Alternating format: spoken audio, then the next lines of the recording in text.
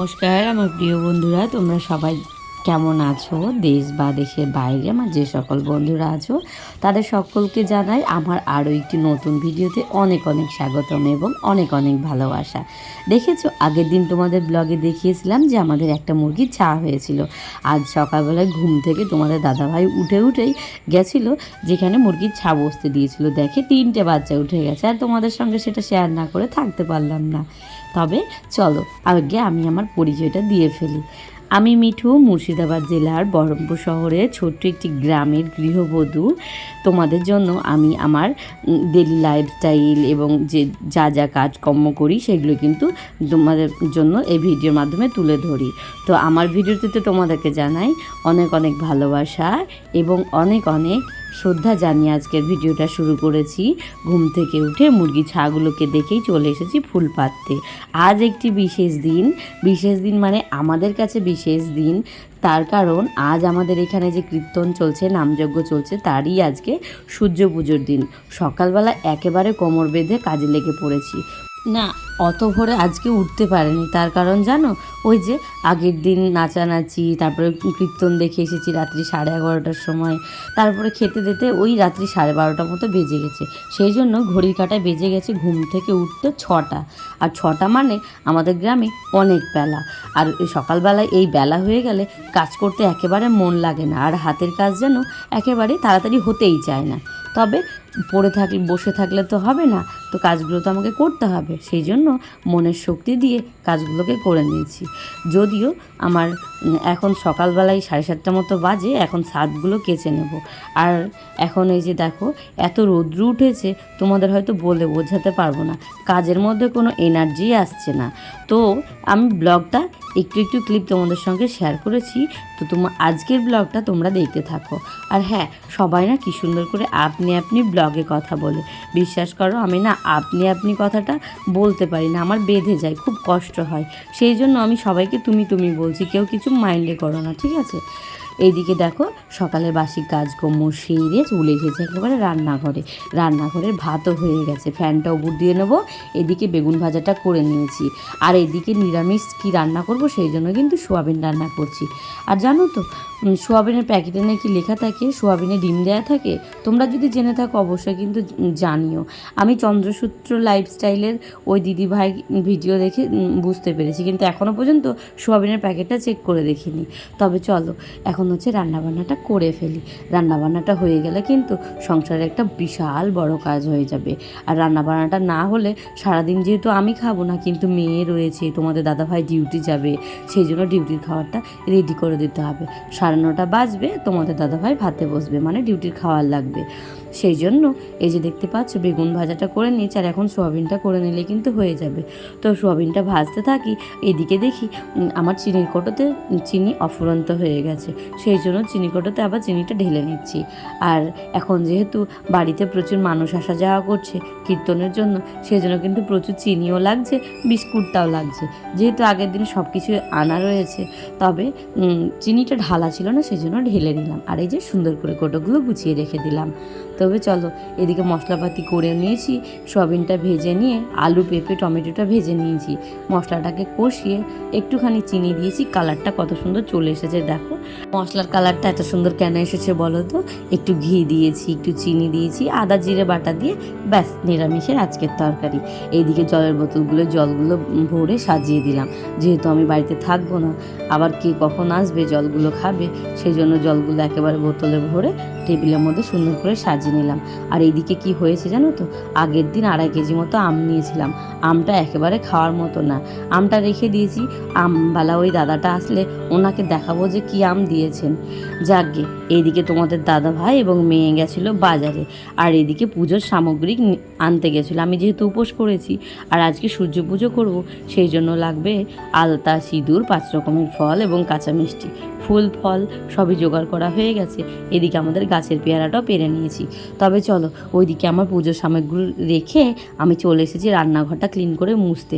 তার কারণ রান্নাঘর অগোছালো হয়ে থাকলে আমার কোথাও গিয়ে শান্তি হবে না, দম আটকে যায়। সেই জন্য রান্নাঘরটা আগে মুছে ফেলি যাতে দমটা না আটকায়। চলো এদিকে রান্নাঘরটা সুন্দর করে মুছতে থাকি।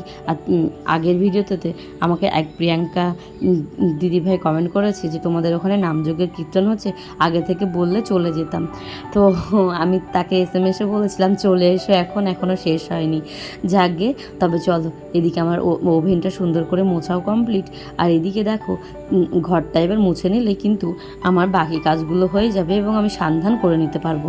আজ সকালে যেহেতু স্নান করিনি, গা ধুয়েই আমি যাবতীয় কাজগুলো রান্নাবান্নাগুলো সেরে ফেললাম। তার কারণ রান্নাবান্না করতে গিয়ে আবার সেই গরমে ঘেমে একাকার হয়ে যাব। একেবারে স্নান করে ঘর দুয়ার মুছে টুছে তারপরে মন্দিরে যাব পুজো করতে। আর এই যে দেখতে পাচ্ছ এখন ঘরটা মুছে নিচ্ছি। এখন ঘরের মধ্যে কেউ নেই, ফ্যানটা চালিয়ে একটু ঘরটাকে শুকিয়ে নেবো। তোমাদের দাদাভাই খাওয়া দাওয়া করে ডিউটি চলে গেছে, মেয়ে একটু ওদিকে খেলা করছে। আর এই ফাঁকের মধ্যেই আমি আমার ঘরটা সুন্দর করে মুছে নিচ্ছি। সকালে ঘর দেওয়ার মুছে নিব, শুধু বাসি কাজকর্মগুলো সেরেছিলাম। আমি জানি দুপুরবেলায় মুছে নিলেই হয়ে যাবে। আর সকালবেলায় ঘরটা মুছলে যদিও ভালো লাগে, তবে বিকেলবেলায় আগের দিন মুছেছিলাম, সেই জন্য ঘর দেওয়াটা পরিষ্কারই ছিল। এখন রান্নাবান্না করে নিয়ে একেবারে সুন্দর করে মুছে নিলে সারাদিন পরিষ্কার পরিচ্ছন্ন থেকে যাবে। আর এই যে দেখো, আর আমার ঘরের আনাগোনা সবই মোছা, কোনাকুনি সবই মুছতে থাকি প্রত্যেক দিন। তবুও কি জানি কোথা থেকে যে ধুলো চলে আসে বুঝতেই পারি না। আর ঘর মোছার পরে জলটা এত নোংরা হয় তোমাদের হয়তো বলেই বোঝাতে পারবো না, মনে হয় যে 7 দিন ধরে ঘরই মুছিনি। তো এরকমটা হয়ে থাকে বাড়িতে, যেহেতু ছোটো বাচ্চা রয়েছে এবং আমাদের চারপাশটা উঠোনগুলো কিন্তু একেবারে ধুলো ধুলো বালি বালি, সেই জন্যই হয়তো ঘরটা এরকম হয়ে থাকে। এইদিকে স্নান করে এসে ঘড়ি কাটায় বাজে 1:30। আর এখন পুজোটা তাড়াতাড়ি করে সেরে নিয়েছি, ভোগ নিবেদন করে দিয়েছি ঠাকুরকে। ঠাকুর ঘরের এবার পর্দাটা দিয়ে নেব আর আমি আমার পুজোর সামগ্রীগুলো জোগাড় করে নেব। এরই মধ্যে আবার আমাকে নিজেকেও রেডি হতে হবে। যদিও সব কিছুই পরে নিয়েছি গয়নাগাটি, শুধু নিজে রেডি হবো এবং শাড়ি পরবো, তাহলেই হয়ে যাবে।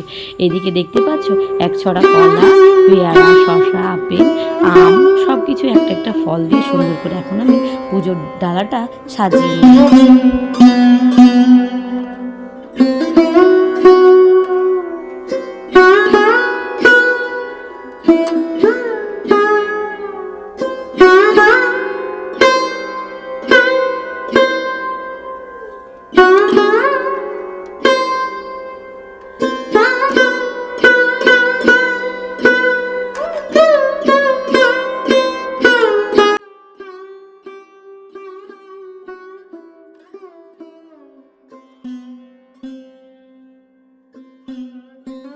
হ্যালো বন্ধুরা, দেখো আমি একেবারে রেডি সেডি হয়ে তোমাদের সামনে আসলাম।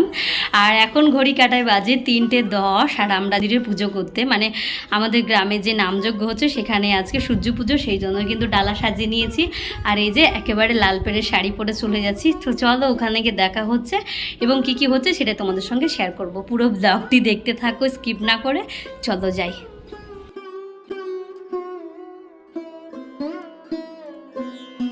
রাস্তা দিয়ে যেতে যেতে গ্রামের এক বৌদির সঙ্গে দেখা। বৌদি এখন বাড়ি যাচ্ছে, গরু রয়েছে, ছাগল রয়েছে, সেই জন্য খাবার দিতে। আবার বৌদি চলে আসবে। আজ গ্রামের প্রত্যেকটা মেয়ে তার স্বামীর জন্য এই সূর্য পুজো করে থাকে, তবে যাদের সাধ্য থাকে তারাই। গ্রামের প্রত্যেকটা মানুষ আজ এই আসরে এসে উপস্থিত হয়েছে।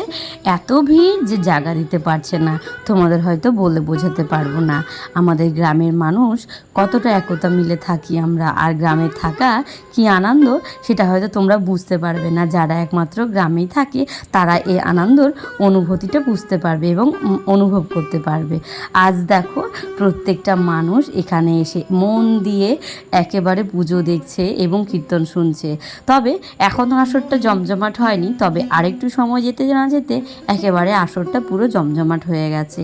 আর এই ভিডিওটা আমার একটা পাশের বাড়ির দাদার ছেলে করে দিচ্ছে, তবে আমি সেরকমভাবে এখানে এসে ভিডিও করতে পারিনি। তার কারণ না, একটু ভিডিও বানাতে এত লোকের সামনে লজ্জা লাগে। ক্যামেরা অন করে হাত উপর উঁচু করে সবাই যেন হা করে তাকায়। সেই জন্য আমি বললাম তুই একটু আমাকে ভিডিও ক্লিপটা নিয়ে দে। সেই জন্য কিন্তু ও দাঁড়িয়ে থেকে একটু ভিডিও ক্লিপটা নিয়ে দিয়েছে। ওই একদিকটাই ধরে দাঁড়িয়ে রয়েছে। তবে তোমরা একটু কষ্ট করে দেখে নিও গো।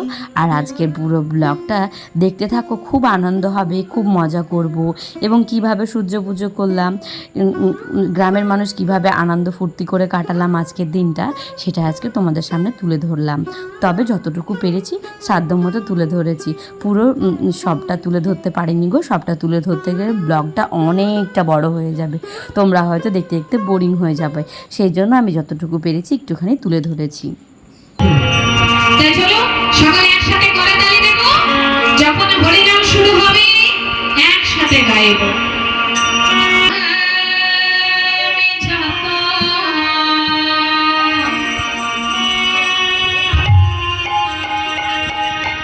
নামে করো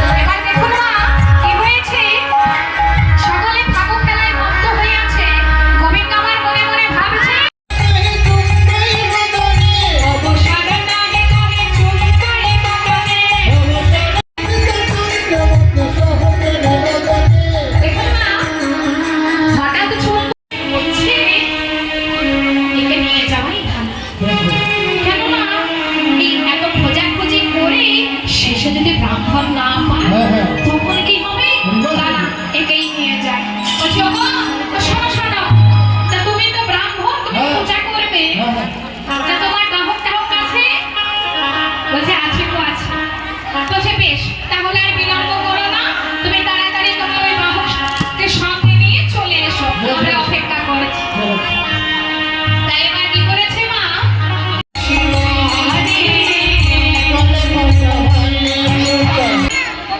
তাহলে কি হবে? বললি আমি দোকানে খাবার নেব, তুই ভাবলি কি করে আমি একজন ব্রাহ্মণ আর আমাকে নিয়ে বলছে আমি নাকি দোকানে খাবার নিয়েছি। বলছে বেশ বেশ, খাবারটা সঙ্গে করে নে, তাহলেই হবে। নতুন ব্রাহ্মণ যদি মন্ত্র ভুলে যায়। ওই মা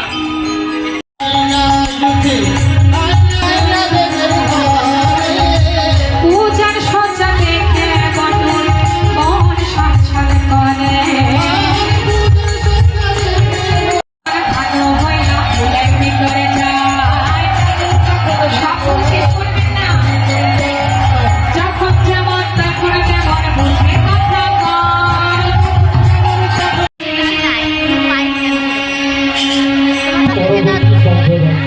অল্প তরুণ মালদা ছটা থেকে 10টা সেরা গোষ্ঠ জয় দেব, জয় গো।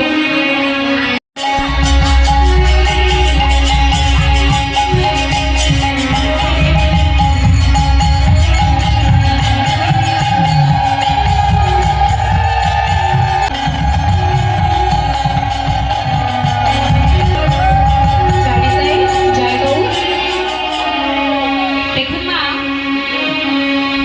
এটা তো হলো আসলে কৃষ্ণ পূজা মা। সূর্য পূজার ছলে রাধারানী আমার কৃষ্ণ পূজা করছে, তাই প্রথমে আমরা কৃষ্ণকে স্মরণ করব, গুরু স্মরণ করব, তারপরে পূজা শুরু করব। সকলে হাত জোড় করুন, সকলে হাত জোড় করুন। যাদের কাছে ফুল আছে ফুল দেবে, আর যাদের কাছে ফুল নেই মন ফুল দিয়ে পুজো দেবে। শুধু হাত জোড় করুন আর বলবে, হে কৃষ্ণ হে কৃষ্ণ করুণা সিন্ধু করুণা সিন্ধু দীনবন্ধু জগৎপতে জগৎপতে গোপেশা গোপেশ গোপিকাকান্ত গোপিকাকান্ত রাধাকান্ত রাধাকান্ত নমস্তুতে। নমস্তুতে। সবাই ফুল দিই, উলুধ্বনি।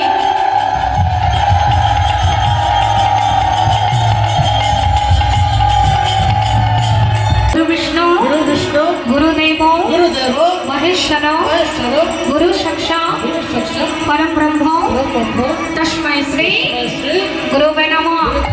উলুধ্বনি।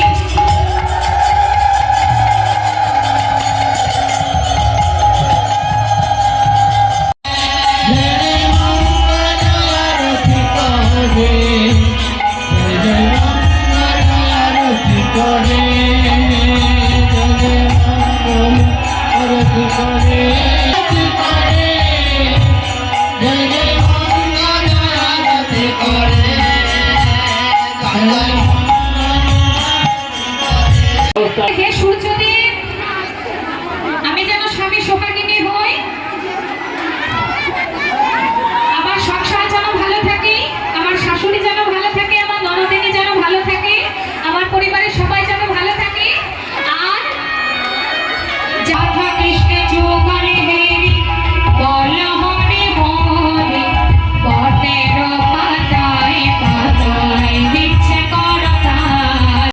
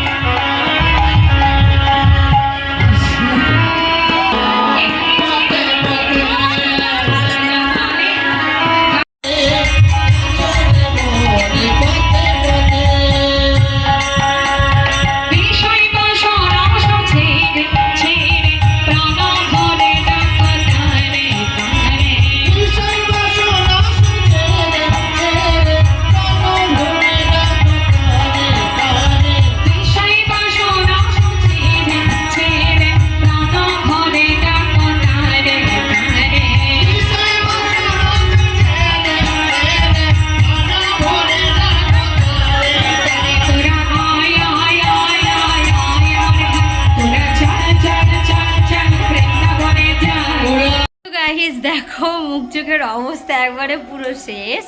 তবে ঘড়ি কাটা বাজে এখন 7:30 মতো, আর সূর্য পুজো অনেকক্ষণ আগে শেষ হয়েছে 5টার সময়। তবে একটু কীর্তন শুনছিলাম এবং ওখানে সেবা ছিল, সেজন্য সেবা টেবা করে আসতে গিয়ে একেবারে 7:30 বেজে গেল। এখনই আবার আরতির সময় হয়ে গেছে, জানি না যেতে পারবো কি না। তবে চলো এখনকার মতো ব্লগটা এখানে স্থগিত করছি। দেখা হচ্ছে আবারও তোমাদের সঙ্গে পরে একটি সুন্দর ব্লগে বা রাজ বা যাই কিছু দেখবো তোমাদের সঙ্গে শেয়ার করব। তো চলো এখন আগে নিজের ব্যবস্থাটা করে ফেলি, মানে টাটা বাই বাই। আজকে এখান থেকে পুরো ব্লগটা শেষ করলাম, তোমরা সবাই পাশে থেকো আর টাটা বাই বাই, দেখাচ্ছে পরের ভিডিওতে।